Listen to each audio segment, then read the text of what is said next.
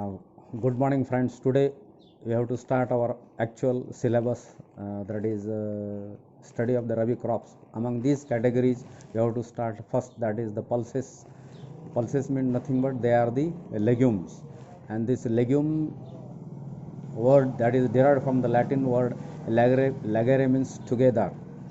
आता आज आपण आपल्या ह्या पिरियडमध्ये पल्सेस म्हणजे डाळवर्गीय पिका यांचा अभ्यास आपण करणार आहोत. डाळवर्गीय पिकं म्हणजे जे पिकांना शेंगा येतात आणि ज्या पिकांना शेंगा येतात त्यांना आपण डाळवर्गीय पिकं असे म्हणतो. म्हणजेच काय, त्याला लेग्युम्स म्हणतो. मग या लेग्युम शब्दाची जी उत्पत्ती जी झालेली आहे ते लॅटिन वर्ड लॅगरे या शब्दापासून झालेली आहे. त्याचा अर्थ टुगेदर. टुगेदर म्हणजे त्याच्यात जीवाणू आणि पीक आणि जीवाणू यांचा संबंध असून ते एकमेकाला पूरक आहेत आणि त्यासोबत जमिनीची सुपीकता वाढवतात. आणि ही जी डाळवर्गीय पिकं असतात हे सगळ्या एकाच कुटुंबात आहेत. जसं आपलं कुटुंब असतं त्याप्रमाणे पिकांचं पण एक कुटुंब असतं आणि त्याला बॉटनिकल क्लासिफिकेशनमध्ये आपण काय फॅमिली म्हणतो. आणि हे डाळवर्गीय पिकं they are belonging to family Leguminosae. So त्यामुळेच याचं नाव पडलं आहे लेग्युम. लेग्युम म्हणजे पॉड की ज्याला शेंगा येतात. मग हे पल्सेस जे आहेत प्रामुख्याने डाळवर्गीय पिकं यांचा आपल्याला आता जो आपला महत्त्वाचा घटक आहे की तुम्हाला परीक्षेमध्ये प्रश्न नंबर 2 आणि प्रश्न नंबर 3मध्ये नेहमी विचारता. नेहमी म्हणजे नेहमी 100% येणार म्हणजे 2 मार्काला हा प्रश्न असतो. इम्पॉर्टन्स ऑफ पल्सेस म्हणजे डाळवर्गीय पिकांचे महत्त्व. भारतीय शेतीमध्ये डाळवर्गीय पिकांचे महत्त्व काय आहे आपल्याला हे पाहायचं आहे. That is the importance of pulses. Why the farmer is growing pulses in his field. तर त्याच्यातलं पहिला महत्त्वाचा उपयोग आहे की तुम्ही लिहूनही घेऊ शकता. Pulses are rich source of protein as they are required for the building of the body tissue. हे महत्त्वाचा उपयोग आहे. पल्सेस हे प्रथिनेमध्ये भरपूर मुबलक प्रमाणात त्याच्यात प्रथिने असतात आणि हे प्रथिने शरीराची चीजकडून भरून काढण्यासाठी याचा उपयोग होतो. So pulses are rich source of protein which required for the body building tissue. दुसरा महत्त्वाचा उपयोग आपल्याला पाहता येईल. Pulses are give ready cash to the farmer as they are cultivated in the field, and from the cultivation, if the cultivation is completed and after complete cultivation we can brought to the market, or for example in Selu if use gunny bags are filled and they are brought to the monda and by which we can get ready cash. म्हणजे नगदी पीक म्हणून आपल्याला या डाळींना म्हणता येईल आणि नगदी पिकामुळे आपल्याला ताबडतोब पैसा मिळतो. So the second important character of this pulses they give the ready cash to the farmer. तिसरा महत्त्वाचा उपयोग आहे, डाळीला काय आवड निवड नाही. जसं आपल्याला आवडीनिवडी असतात खाण्याच्या, जेवणाच्या, कपडे लेवण्याच्या आवडी असतात आपल्याला. पण विद्यार्थी मित्रो, डाळीला काय असं आवड निवड नसती. डाळ म्हणजे अशी इतकी ती त्यागी आहे. ती डाळ तुम्ही तिला कोणत्याही शेतात लावा ती येते बरं का. सो तिसरा महत्त्वाचा उपयोग असा आहे, they can be cultivated in all kinds of soils that is either light, medium or heavy. म्हणजे असं काय नाही की मला हलकी जमीन पाहिजे, मला मध्यम जमीन पाहिजे, मला भारी जमीन पाहिजे. डाळी तुम्ही कोणत्याही जमिनीत लावा ती तिची वाढ करणार आणि तुम्हाला नगदी पैसा मिळवून देणार. पुढचा महत्त्वाचा उपयोग, that is the fourth important character of this pulse is that the organic matter content of the soil is increase. As they are the legumes they fixes the atmospheric nitrogen. So they increase the organic matter. म्हणजे सेंद्रिय पदार्थ जे असतात ते जमिनीमध्ये सेंद्रिय पदार्थ जे पालापाचोळा कुजल्यानंतर जे बॅक्टेरियाच्या सहाय्याने म्हणजे सेंद्रिय घटक जे जमिनीमध्ये असतात ते वाढले जातात या डाळीमुळे, या डाळवर्गीय पिकामुळे. So the important four character that is the organic matter content of the soil is increase. म्हणजे सेंद्रिय जे पदार्थ आहेत ते या डाळवर्गीय पिकामुळे वाढले जातात. पुढचं आहे जे महत्त्वाचं तुम्ही नेहमी लक्षात ठेवायचं आहे, पुढच्या तुमच्या जीवनामध्ये पुढे तुम्ही स्पर्धा परीक्षा देणार आहेत. हा मुद्दा नेहमी त्या स्पर्धा परीक्षेमध्ये विचारला जातो की पल्सेसचं महत्त्व काय, पल्सेसची फॅमिली कोणती आहे आणि त्या फॅमिलीचं पिक्युलर कॅरेक्टर काय. या भूतलावर अशीच एक देवाने वनस्पती निर्माण केली जे डाळवर्गीय पिकं आहेत की ही डाळवर्गीय पिकेच जे आपल्या हवामध्ये वातावरणामध्ये जे नत्र असतं, जे नायट्रोजन असतं, त्याचं प्रमाण 78% आहे. हे 78% नत्र स्थिर करण्याची ताकद या फक्त या डाळवर्गीय पिकांनाच आहे. So The important fifth character, that is the all legumes, they fixes the atmospheric nitrogen into the soil, by which the soil fertility is improved. मग तुम्ही नेहमी लक्षात ठेवायचं, स्पर्धात्मक परीक्षेमध्ये असा प्रश्न येऊ शकतो. मग हे डाळीवर्गीय पिकं हे जमिनीत हवेतील 78% नत्र स्थिर करत असतात, जेणेकरून त्या जमिनीची, त्या शेताची सुपीकता ही वाढली जाते. शेवटचा महत्त्वाचा उपयोग जो आपल्याला सांगता येईल, की जसं आपण प्रत्येक हंगाम असतो, खरीप, रब्बी आणि समर. तर खरीप, रब्बी, समरमध्ये शेतकरी काय करत असतो, खरीपमध्ये एक पीक घेतो, रब्बीत एक घेतो आणि उन्हाळ्यात एक घेतो. पुन्हा खरीपमध्ये एक घेतो, रब्बीत एक घेतो आणि उन्हाळ्यात एक घेतो. म्हणजे पिकांचं काय, जमीन तीच असते, जमीन एकच असते, पण हंगामानुसार पिकांची अदलबदल शेतकरी करत असतो. त्याचा महत्त्वाचा उद्देश असं आहे की त्याला आपल्याला म्हणता येईल crop rotation. Crop rotation means nothing but that there is the same land, on the same land in different season the crops are rotated. So in crop rotation, if in one season we include this pulse, you know, as the pulse belongs to family Leguminaceae, so they fixes the atmospheric nitrogen, so ultimately there is improvement of the soil. So in all, this is the last and important character, or the importance of the pulse, that is in crop rotation it fixes the atmospheric nitrogen. So you have seen these 5 important characters, and you have to remember, or you have to write all these 5 important characters in your notebook. That from first point you have to always write the rich source of protein. For getting the impression to the examiner in your HSC board paper, first point should be, you have to write among all these points that is the rich source of protein. So in short, this is about the importance of pulses in Indian farming. Now you have to switch on to actual our study of the different crops in the Rabi, that pulses, that is pea, lentil and gram. So these are the 3 important pulses which have to see. P म्हणजे काय हो, वाटाणा, वाटाण्याची शेंग. दुसरं lentil म्हणजे मसुरीची डाळ, आणि तिसरा म्हणजे हरभरा, आहे का नाही.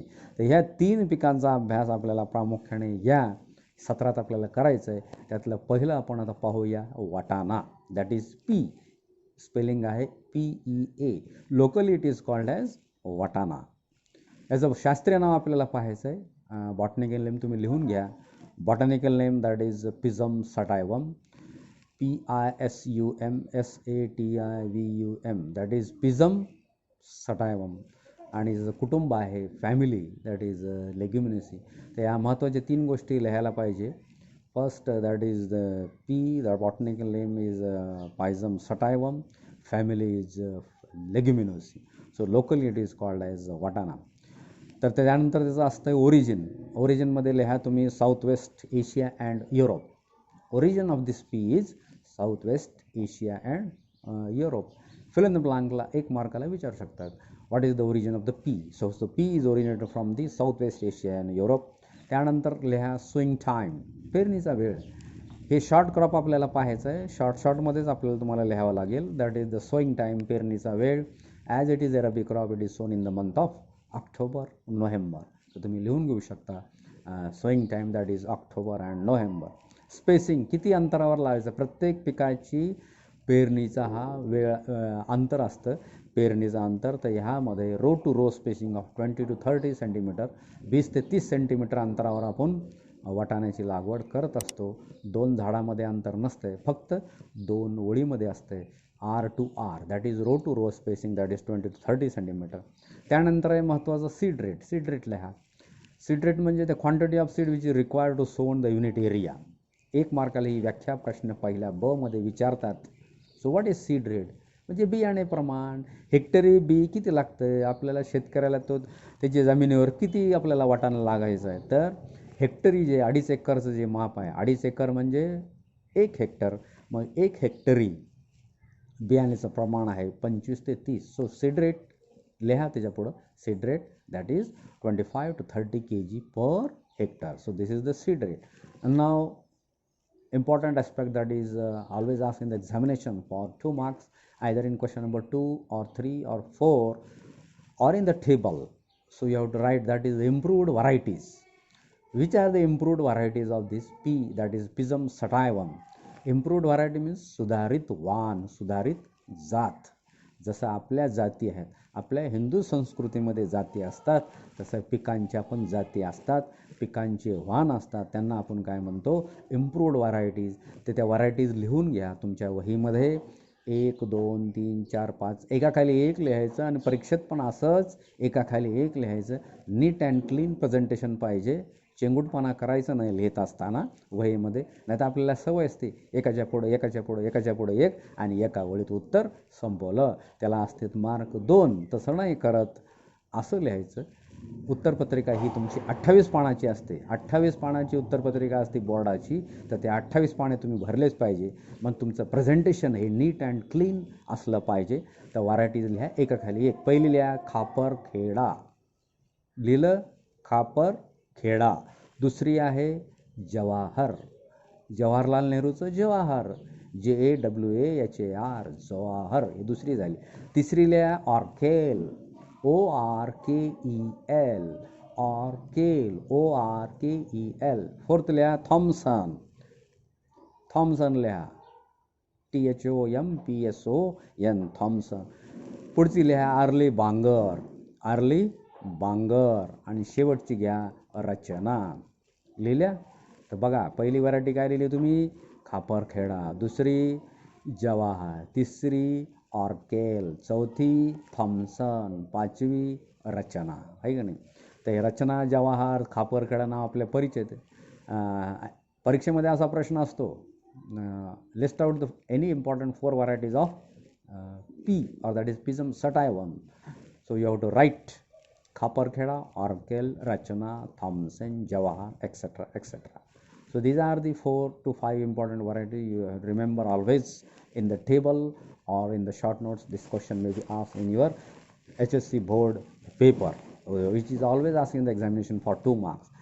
Afterward, you have to see that is the duration of the crop. That is the पिकाचा कालावधी. पिकाचा कालावधी म्हणजे हे पीक आपल्या शेतात किती दिवस असतं. नॉर्मली ऑक्टोबर नोव्हेंबरमध्ये पेरल्यानंतर हे पीक कधी काढणीला येतं, त्याचं ड्युरेशन आहे. That is the maturity time. So how much this crop takes the time to the mature.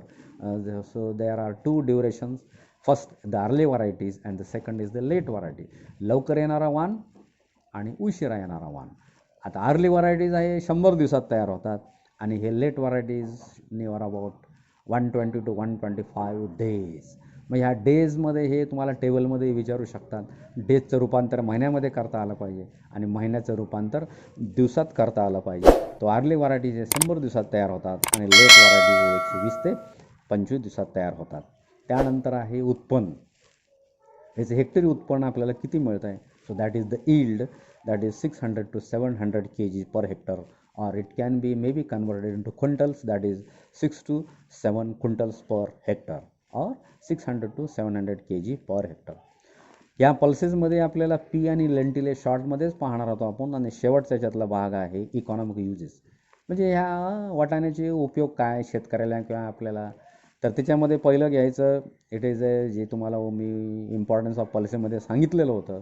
I have tell in the importance of pulses, that is first point, that is economic uses of the pea. That is the first, that is the rich source of protein. It can be consumed as a pod vegetable. वाटाण्याची भाजी, गाड्यावर वाटाणे असतात, हिरवे वाटाणे असतात. आपण त्या हिरवे वाटाणे सोलून त्या वाटाण्याचं जे बी मधलं काढून आपल्याला त्याची भाजी करता येते. So it can B consume as A pod vegetable.